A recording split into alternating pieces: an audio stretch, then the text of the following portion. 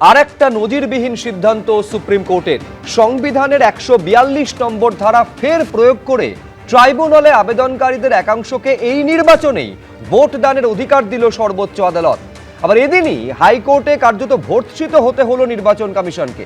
দেখুন, নির্বাচনী প্রচারে যখন পশ্চিমবঙ্গে মাফিয়া রাজের বিরুদ্ধে বুলডোজার চালানোর হুঁশিয়ারি দিচ্ছেন যোগী আদিত্যনাথ, তখন পাল্টা হুঁশিয়ারি দিচ্ছেন অভিষেক বন্দ্যোপাধ্যায়ও।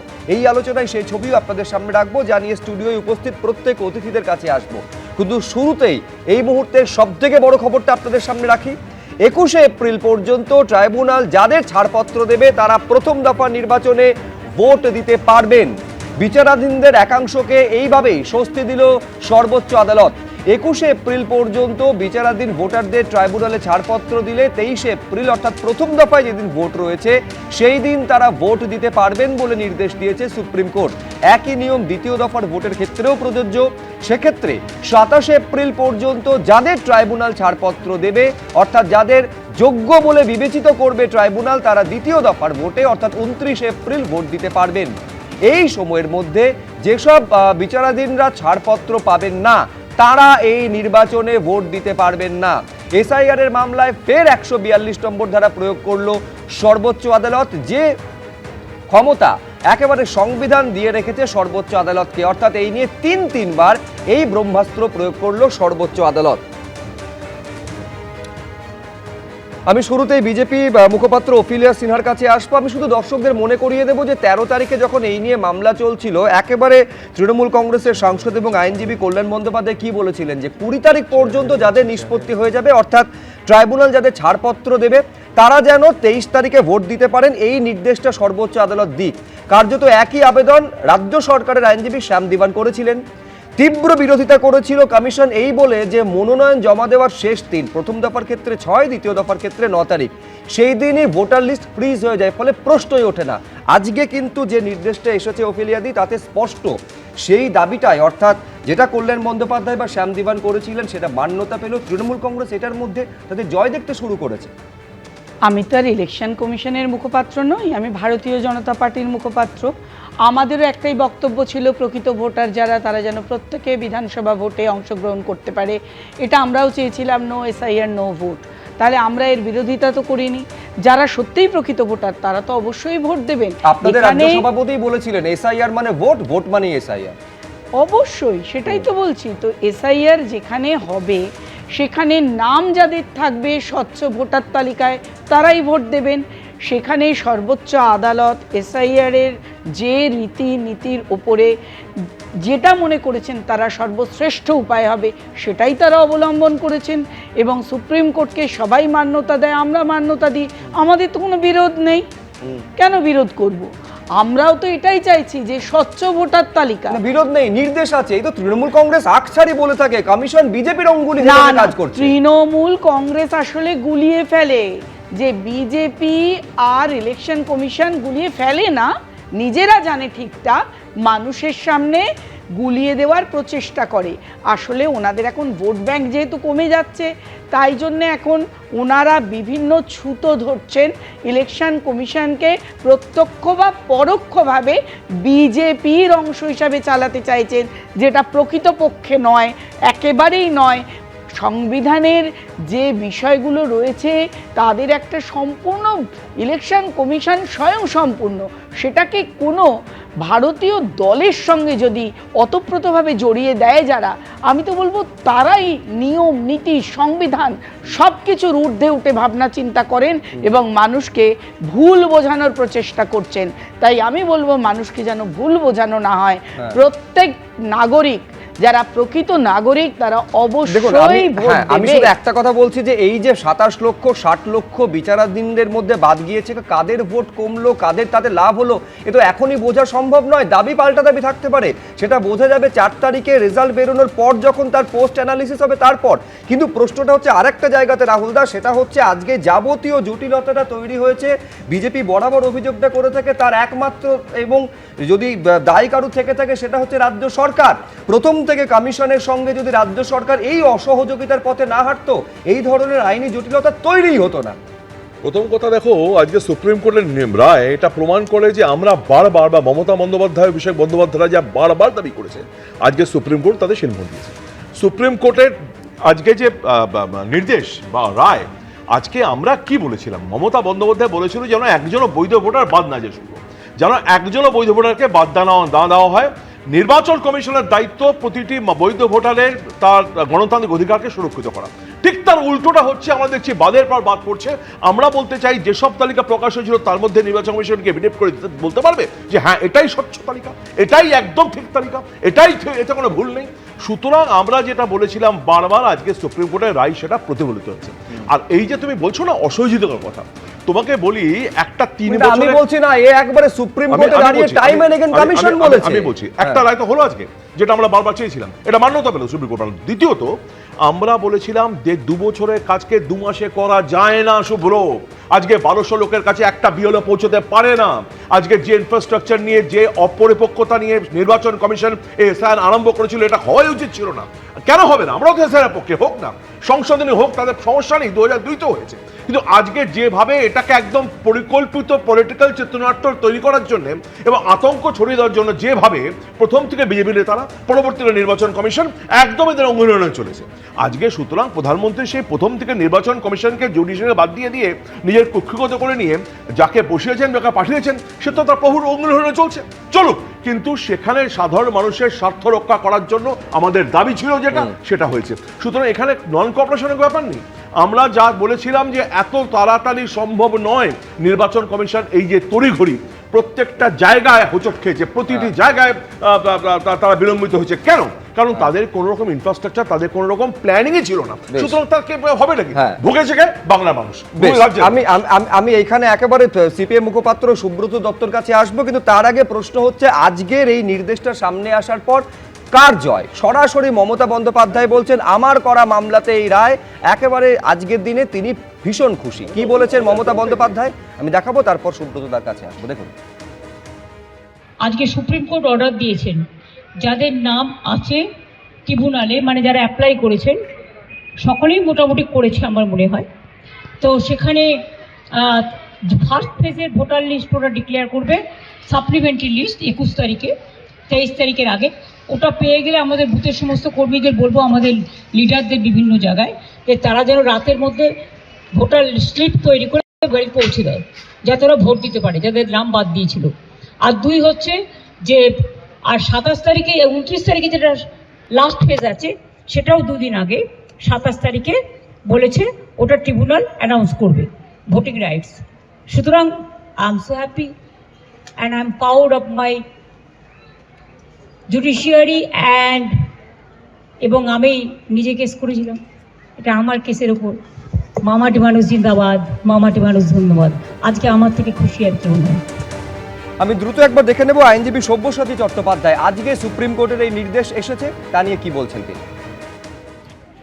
আমরা একটা কথাই স্পষ্টভাবে বলছি যে মুস্তারি বানু বনাম নির্বাচন কমিশনের মামলা করেছিলেন মুস্তারি বানু, যিনি ভগবান গোলার একজন মহিলা, যিনি আমাদের ভারতের কমিউনিস্ট পার্টি মার্ক্সবাদীর একজন নেত্রীও বটে, এবং তার স্বামী কামাল হাসান, তিনি হচ্ছেন ওখানকার পরিযায়ী শ্রমিক আন্দোলনের নেতৃত্ব। এই মামলাতে আজকে এই যে নির্দেশ এসেছে, অনেকেই অ্যাপিল করেছিলেন, অনেকেই অ্যাপ্লিকেশন করেছিলেন, কিন্তু মূল মামলা মুস্তারি বানুর করা। সেই মামলাতে যে সিদ্ধান্ত এসেছেন সেই সিদ্ধান্তকে আমরা স্বাগত জানাচ্ছি, কিন্তু একই সঙ্গে একটা কথা বলতে চাই যে এই যে সিদ্ধান্ত এসেছে সেই সিদ্ধান্ত যদি আরও কিছুদিন আগে আসতো, তাহলে হয়তো মানুষ আরেকটু দিশা পেতেন এবং কাজকর্ম করতেও সুবিধা হতো। আমরা নির্বাচন কমিশন, সরকার এবং একই সঙ্গে বাকি প্রত্যেকের কাছেই আমরা দাবি ছিল এটা, যেন মানুষ কোনোভাবে হ্যারাস না হন। কিন্তু আজ যে প্রক্রিয়া শুরু হলো, এতে করে মানুষের দুশ্চিন্তা আরেকটু বাড়লো, কিন্তু একই সঙ্গে কিছু মানুষ যদি ভোট দিতে পারেন, সিপিআইএম তাকেও স্বাগত জানায়। আপনি দেখেছেন প্রায় প্রতিটা নির্বাচনে সুব্রতদা, মমতা বন্দ্যোপাধ্যায় এইটা দাবি করেছেন যে 32 লক্ষ নাম যে ভোটার তালিকায় ঢুকেছে তার পুরো কৃতিত্ব হচ্ছে তার কারণ তিনি সুপ্রিম কোর্টে তাদের হয়ে লড়াই করেছেন, এবং যাদের নাম বাদ গিয়েছে তারাও যাতে ভোটাধিকার পান তার জন্য শেষ মুহূর্ত দিন পর্যন্ত তিনি চেষ্টা করে যাবেন। আপনি শুনলেন আজকে মমতা বন্দ্যোপাধ্যায় যা বলছেন, কার্যত সুপ্রিম কোর্টের এই নির্দেশের পেছনে কৃতিত্ব কার্যত তিনি দাবি করছেন। দেখুন এই উনি যেটা বললেন চিফ মিনিস্টার, ওটা তো ওয়ান ওয়ে হলো, সব্যসাচীর কথাও শোনালেন। 20 ফেব্রুয়ারি আইটেম নাম্বার 31 আপনি দেখে নিন সুপ্রিম কোর্টে কার সাথে কার মামলা ছিল, Mustari Banu versus election commission of India. তাতে উনি অনেক পরে গিয়ে পাঠ হয়েছিলেন। এখন মেন স্ট্রিম মিডিয়া বা অন্যের দৌলতে হচ্ছে গিয়ে উনি প্রচার করছেন যে উনি করেছেন। আমি বলছি যে দেখে না হোক তথ্য কি বলছে। তথ্য বলছে 20 ফেব্রুয়ারি 31 নম্বর আইটেমটা যা সুপ্রিম কোর্টে উঠেছে, সেখানে দেখলেই পরিষ্কার বোঝা যাচ্ছে যে মুস্তারি বানুর সাথে ইলেকশন কমিশন অফ ইন্ডিয়ার এই মামলা তারই অংশ হিসেবে আজকে সুপ্রিম কোর্ট এটা বলেছেন। উনি এখন বলছেন বলুন, আমার ওটা নিয়ে কোনো কথা নেই। না, উনি খবর যেরকম আসে, যে মুহূর্তে মোস্তারি বানুর মামলা ছিল আমরা সেটাও দেখিয়েছি, যেই মুহূর্তে মমতা বন্দ্যোপাধ্যায় সুপ্রিম কোর্টে গিয়ে সওয়াল করেছেন সেটাও দেখিয়েছি। যেভাবে খবর আসে সংবাদ মাধ্যম সেইভাবে উনি কি বললেন, আর বিভিন্ন রকম অ্যানালিসিস আপনারা করতেই পারেন। না না, সুব্রতটাকে বলতে হ্যাঁ, কথা হচ্ছে যে উনি কি বললেন যে আমার করা মামলা, উনি পার্টি ছিলেন মামলা, এটা নিয়ে কোনো অসত্য তো অস্বীকার করা যায় না। কিন্তু মামলাটা কার? মামলাটা ওনার করা না, মামলাটা মুস্তারি বানুর করা। এই যে অর্ধসত্য বলা ওনার অভ্যাস, এইটাই হচ্ছে মানুষকে বিভ্রান্ত করা। 2 নম্বর কথা আমি বলছি, দেখুন নির্বাচন কমিশন, এই যে নির্বাচন কমিশন পশ্চিমবাংলার মানুষের সামনে এই কনস্ট্রেইন্ট বাধা তৈরি করছে, এটাকে পলিটিক্যালি আমাদের বলতে হবে এটা যে নির্বাচন কমিশন অফ ইন্ডিয়া ভারতের সরকারের দ্বারা প্রভাবিত। কেন? তার কারণ ইলেকশন কমিশন অফ ইন্ডিয়া তৈরি করবার প্রশ্নে সুপ্রিম কোর্টের চিফ জাস্টিসের যে রোলটা ছিল, এই সরকার সুপ্রিম কোর্টের চিফ জাস্টিসকে বাদ দিয়ে ক্যাবিনেটের একজন মন্ত্রীকে ঢুকিয়ে নিলেন। তার মানেটা কি? চিফ প্রাইম মিনিস্টার ওর ক্যাবিনেটের মন্ত্রী তারা যেটা বলবে ওটাই ফাইনাল, লিডার অফ দ্য অপোজিশনের কথা কোনো ভ্যালু থাকবে না। ফলে এই যে ডেমোক্রেসি কাটেল করা হলো, আমাদের কনস্টিটিউশনকে চ্যালেঞ্জ করা হলো গভর্নমেন্টের পক্ষ থেকে, এবং তার ফল পশ্চিমবাংলার মানুষ ভুগছে, এর দায় নির্বাচন কমিশন এবং দেশের সরকারকে নিতে হবে। এইটা হচ্ছে কি আমাদের সাধারণ কথা। মানুষের ওপর যে হ্যারাসমেন্ট চলছে, সব প্রকৃত ভোটার ভোট দিক, সব দলই বলছে, বুঝলাম সব দল বলছে, কিন্তু উদ্যোগটা কি? নির্বাচন কমিশন অফ ইন্ডিয়ার পক্ষ থেকে কি করা হচ্ছে আমাদের কাছে অস্পষ্ট রয়েছে এই সমস্ত বিষয়। হ্যাঁ, কিন্তু আমি এইখানে দ্রুত একবার শীর্ষেন্দু সিনহা রায়ের কাছে আসবো। সেখানে আপনি যদি আজকের এই নির্দেশটা পড়ে দেখেন শীর্ষেন্দুদা, দেখতে পাবেন যে কতবার এই সংবিধানের 142 নম্বর ধারা, যেটা সংবিধান সুপ্রিম কোর্টকে দিয়ে রেখেছে সম্পূর্ণ ন্যায় বিচারের স্বার্থে, বারবার এই ধারাকে কেন প্রয়োগ করতে হচ্ছে সর্বোচ্চ আদালতকে আজ? যে ভোটাররা বাদ পড়েছিলেন তারা ভাবছিলেন যে সুপ্রিম কোর্ট অসীম ক্ষমতাটা প্রয়োগ করবেন কি করবেন না, আজকে সেই প্রয়োগটা তিনি করেছেন। সংবিধানের 142তমতে অনুচ্ছেদে বলা হচ্ছে যে সুপ্রিম কোর্ট কোনো আইন নির্দেশ দিলে সেটা সব আদালতের কাছে গ্রহণযোগ্য হবে। সেটা হচ্ছে 142তম অনুচ্ছেদ। সেইটা প্রয়োগ করে বলেছেন যে 21 তারিখ পর্যন্ত যাদের ট্রাইব্যুনালের নাম উঠবে তারা 23 তারিখে ভোট দিতে পারবেন, আর যারা 27 তারিখ পর্যন্ত তাদের নাম উঠবে তারা 29 তারিখে ভোট দিতে পারবেন। কোনো বৈধ ভোটারের নাম বাদ যাবে না, এটা ইরেসপেক্টিভ অফ পলিটিক্যাল কালার। প্রত্যেকটা মানুষ বলেছে, প্রত্যেকটা দল বলেছে। শুধু বললে হবে না যে আমি বলেছি আর ও বলেননি। আজকে প্রথম থেকে ধরুন তো, বিএলও যখন তো ভোটার লিস্টের কাছে বারবার বাড়ি বাড়ি গিয়ে দেখেছেন, তারা কিন্তু প্রথম জমা দেননি। সেটা বোঝা যাচ্ছে অনেক বিএলও এখন শাসক দলের হয়ে দেয়াল লিখছেন, তাকেই সেখানে বোঝা যাচ্ছে। পর বিডিও অফিসগুলো ভাঙচুর চলছিল। তাহলে যদি করতে পারতেন তাহলে 12টা জায়গায় 12টা রাজ্যে 9টা রাজ্য এবং 3টে কেন্দ্রশাসিত অঞ্চল, সেখানে যে এই ভোটার লিস্টের সংশোধন হচ্ছিল 324 নম্বর অনুচ্ছেদ অনুযায়ী, সেখানে এই জিনিসটার এই জায়গাটা এই কোর্টে আসতে হতো না, আদালতে আসতে হতো না, বাংলাকে একমাত্র বাংলায় এই অসুবিধা। সরকারের ভূমিকা নিয়ে যখন প্রশ্ন উঠছে, কমিশনের ভূমিকা নিয়েও প্রশ্ন উঠছে এবং আদালত এই প্রশ্নটা তুলেছে। আর এবার আপনাদের দেখাবো কলেজের অধ্যাপকদের পোলিং অফিসার হিসেবে নিয়োগ কমিশনের, তার নিয়ে যে বিজ্ঞপ্তি, তাকে চ্যালেঞ্জ করে মামলা হয় আদালতে। সেখানে মহামান্য কলকাতা হাইকোর্ট বলছে আপনাদের বিজ্ঞপ্তি অনুযায়ী তো আপনারা বিচারপতিদেরও পোলিং অফিসার হিসেবে নিয়োগের সংস্থান রেখেছেন, আমাদের নিয়োগ করুন, আমরা যাব ডিউটি করতে। এই মন্তব্য করছেন বিচারপতি কৃষ্ণা রাও। আপনারা যখন খুশি নিয়ম বদল করছেন বলে মন্তব্য করছেন মহামান্য বিচারপতি। একেবারে ভোটের মুখে মামলা করা হয়েছে, এখন নতুন করে লোক নিয়োগ করে ট্রেনিং দিয়ে ভোট করানো সম্ভব নয় বলে জানাচ্ছে কমিশন। এটা কোনো যুক্তি হতে পারে না। যদি ভোটের পরে মামলা হয় তখন কোর্ট কি করবে? অনিয়ম দেখে আদালত চোখ বন্ধ করে রাখলে সেটা চলতেই থাকবে বলে মন্তব্য করছেন বিচারপতি। দেখুন, এটা হচ্ছে আইনি লড়াইয়ের দিক। নির্বাচনী প্রচারে একে অপরকে দেখে নেওয়ার হুঁশিয়ারি কিন্তু সমান তালে চলছে। বিরতির পর দেখাবো কে কিভাবে একজনকে হুঁশিয়ারি পাল্টা হুঁশিয়ারি দিলেন, আলোচনা চলবে তার। হুমকি হুঁশিয়ারিতে কেউ পিছিয়ে নেই। যোগী আদিত্যনাথ যেমন বুলডোজারের কথা বলছেন, অভিষেক বন্দ্যোপাধ্যায় 4 তারিখের পর রবীন্দ্রসঙ্গীতের সুরে ডিজে বাজানোর কথা বলছেন। আবার কিছুক্ষণ আগে আপনারা শুনলেন হিমন্ত বিশ্ব শর্মা, তিনি আবার হুমায়ুন কবিরকে এমন ট্রিটমেন্ট দেবেন যে বাবরের নাম তিনি ভুলিয়ে দেবেন বলে হুঁশিয়ারি দিচ্ছেন। আমি বলছি শীর্ষেন্দুদা, কার্যত সবাই এই বঙ্গ বিজয়ের জন্য রাজনীতির ময়দানে আস্তিন গুটিয়ে নেমে পড়েছেন। কথার পিঠে কেবল কথা সিলিং ছুঁয়ে যায়।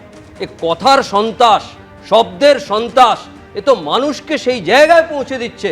কেন রাজনৈতিক দলগুলো এইভাবে চলছেন যে ভোট করতে গেলে, ভোট দিতে গেলে সে মায়ের আর্তনাদ, মায়ের কান্না, মহিলাদের সেই বাইরে বেরোনো যাবে না, কোন লোক ভোট দিতে গেলেন সে আর ফিরবে না, এগুলো রাজনৈতিক দল বুঝতে পারছেন না যে এই যে বলাগুলো তাদের আরো সেই অবস্থায় দাঁড় করিয়ে দেয়। কেন এইগুলো হবে? কিসের জন্য হবে? কেন আমরা চাইবো না যে শান্তিতে সুষ্ঠুভাবে ভোটার তার নিজের ভোটটা নিজে দিক? এই কথাগুলো বলে যেই বলুক, ইরেসপেক্টিভ অফ পলিটিক্যাল কালার, প্রত্যেকটা মানুষ, প্রত্যেকটা রাজনৈতিক দল ভাবুক যে এইভাবে আমরা কথা বলবো না, আজকে সন্ত্রাস সৃষ্টি করবো না। ভোটার তালিকা যখন বের হয় তার আগে থেকে মারামারির তালিকা বেশি বেরিয়ে যাচ্ছে। কেন হবে? কেন বম পড়বে? কেন কিসের জন্য আজকে বন্দুক হাতে হাতে ঘুরবে? এই আমরা বাংলা চেয়েছিলাম, এই আমরা ভারতবর্ষের জায়গা বাংলাকে ঐতিহ্য ভাবি। কেন সেই বাংলার সংস্কৃতি ফিরে আসবে না? কেন সোনার বাংলা গড়ে উঠবে না? এটা আমরা চাই। আমরা প্রত্যেকটা ভোটার ভোট দিতে যাব, শান্তিতে যাব, নিজের ভোট নিজে দেবো। এই জায়গা থেকে প্রতিটা রাজনৈতিক দল ভাবুক যে কেন, কিসের জন্যে আবার এই রকম সন্ত্রাস। আজকে বুলডোজার, আজকে নভেম্বরের 2024 সালে সুপ্রিম কোর্ট উত্তরপ্রদেশকে বলে দিয়েছিল যে বুলডোজারের যে নির্দেশ সেটা মান্য করতে হবে, সেটা বলা যাবে না। কোথায়? এখানে এসে বলছেন। কেন বলছেন? কিসের জন্য বলছেন? আজকে সুপ্রিম কোর্ট, হাইকোর্ট বারণ করেছিল, সেই নির্দেশ ছিল, সেই নির্দেশকে অমান্য করছেন। আজকে যে যা পারছেন বলছেন, আর বলছেন লাস্টে বলছেন গণতান্ত্রিকভাবে হবে। কিসের জন্যে? কেন এই গণতন্ত্র? গণতন্ত্রের মূল মন্ত্র হচ্ছে সুশাসন, সুষ্ঠু প্রশাসন। সেটা কোথায় কোথায় আমরা বাংলায় দেখতে পাচ্ছি? বাংলায় আজকে প্রত্যেকটা জায়গায়, প্রতিটা জায়গায় সেই সন্ত্রাস দেখা দিচ্ছে। আজকে মুখে সন্ত্রাস কেন দেখা যাবে? একেবারে দেখুন, সুশাসনের আশ্বাস তো প্রত্যেকে দিচ্ছেন, এখন মানুষ কাকে বিশ্বাস করবেন সেটা তো বোঝা যাবে 4 তারিখে রেজাল্ট আউট হওয়ার পর। আমাদের ততক্ষণ পর্যন্ত অপেক্ষা করতেই হবে। আপাতত আলোচনা এই পর্যন্ত। এবিপি আনন্দ, এগিয়ে থাকে, এগিয়ে রাখে।